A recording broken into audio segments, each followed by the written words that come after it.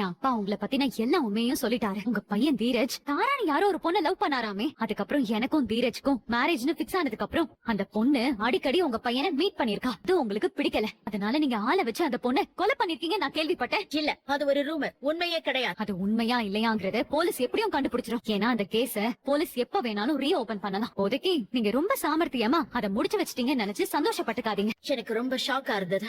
அதுக்கப்புறம் நான் தீரஜ தனியா கூப்பிட்டு கேட்டேன். அதாவது ஐயோ, அவ இப்படி ஒரு இன்டென்ஷன்ல என்கிட்ட பழகி இருக்காங்கிறது எனக்கு சுத்தமா தெரியாதுன்னு சொன்னான். அதோட அவன் தாராவை விட்டு ஒதுங்கிட்டான். அதுக்கப்புறம் அந்த பொண்ணு நான் எதுவுமே பண்ணல, அவளா மனசு வெறுத்து போய் சூசைட் பண்ணிக்கிட்டான். அது வரைக்கும் தான் எனக்கு தெரியும். ஆனா எனக்கு பிடிக்காத சில அரசியல்வாதிங்க அந்த பொண்ணு இறந்ததுக்கு நான் தான் காரணம், நான் தான் அவளை ஆள் வச்சு கொண்டுட்டேன்னு என் மேல இல்லாத பழியெல்லாம் போட்டு பார்த்தாங்க.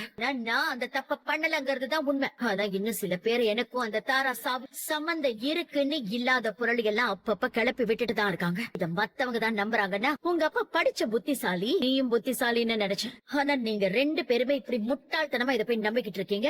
சூப்பர், சூப்பரா சமாளிக்கிறீங்கல்ல. அந்த ரவுடி விஷயத்துக்கு வருவோம். எதுக்காக என் அப்பாவை அட்டாக் பண்ண ரவுடியை ஏற்பாடு பண்ணீங்க? இத பத்தி தான் நான் உங்க அப்பா கிட்ட ஏற்கனவே கிளாரிட்டி கொடுத்துட்டேனே. அது ஒரு அரசியல் சாணக்கியத்தனம். அதுவும் அப்பாவோட அரசியல் பாப்புலாரிட்டிக்காக ஒரு அட்டெம்ப்ட் மட்டும்தான். மத்தபடி அது நிஜமான அட்டாக் ஒண்ணும் கிடையாது. அட்டாக் பண்ற மாதிரி நடிக்க தான் வந்தான். அது மூலமா உங்க அப்பாவுக்கு இந்த ஊர்ல ஈஸியா ரீச் கிடைக்கும் அப்படின்னு நான் பிளான் பண்ணேன். That's all. ரொம்ப